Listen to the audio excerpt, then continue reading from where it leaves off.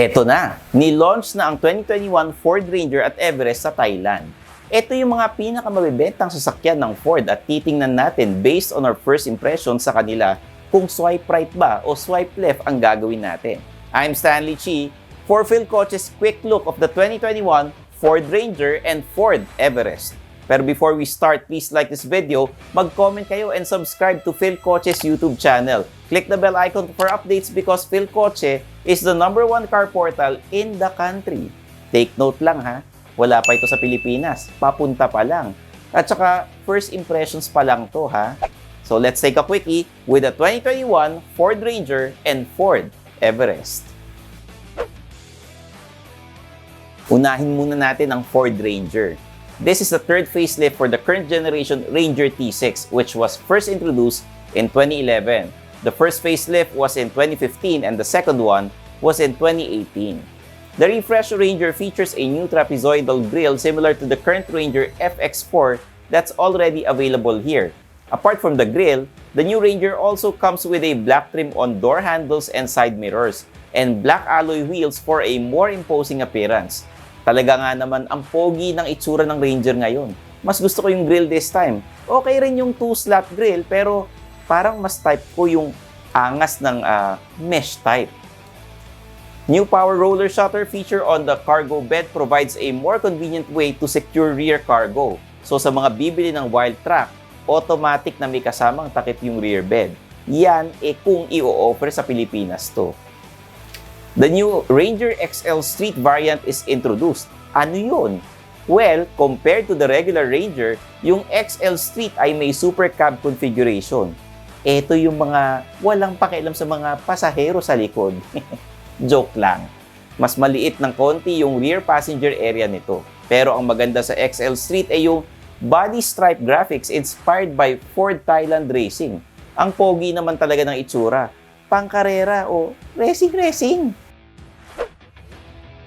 Dito naman tayo sa Ford Everest. The facelifted Everest now uses the same refreshed grille found on the Everest Sport. Chrome Everest hood lettering has also been adopted to enhance exterior branding. The chrome trim door handles and side mirrors along with the new alloy wheels make the Everest look more premium than ever. Uy, sosyal na sosyal.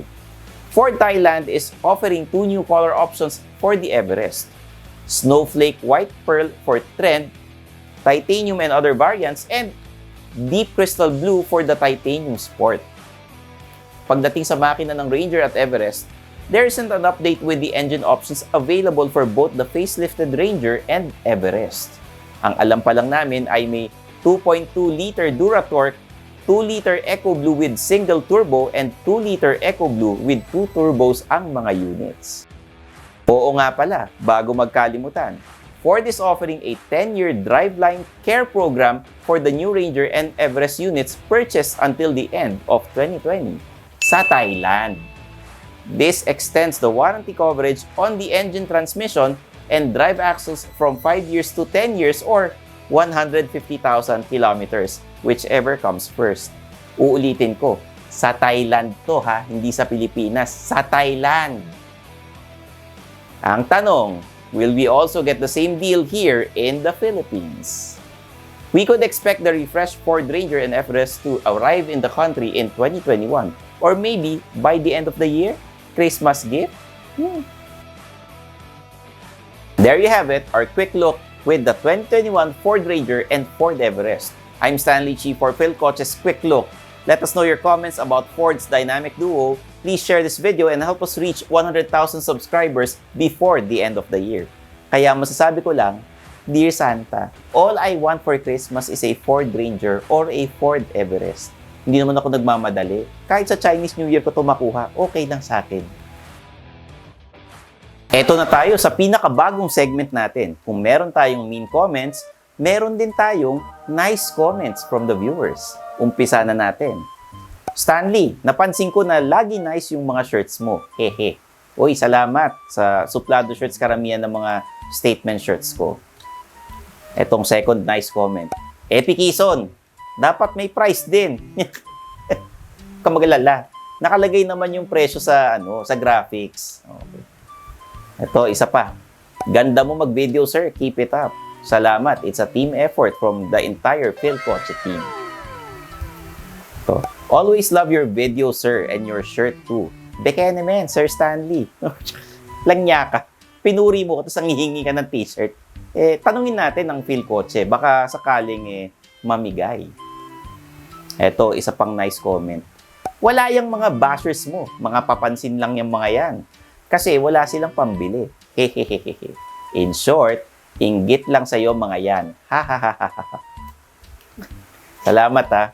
At ito, nakakatuwa naman yung mga tito jokes ni Sir Stanley Chi. Kahit kung minsan corny. Hahaha. Keep safe po and God bless. Salamat ha. Parang sampalhimas yun Parang pinuri mo ko tapos nila. Eto, you're cute and very informative. Like you, Stan. Thank you very much. Yung mga comments na ganyan, mas nagpapalakas ng loob sa amin para gumawa ng mas maraming content para sa inyo. We love you all. Thank you. Thanks for watching. Don't forget to subscribe to Philkotse, the country's #1 online car portal.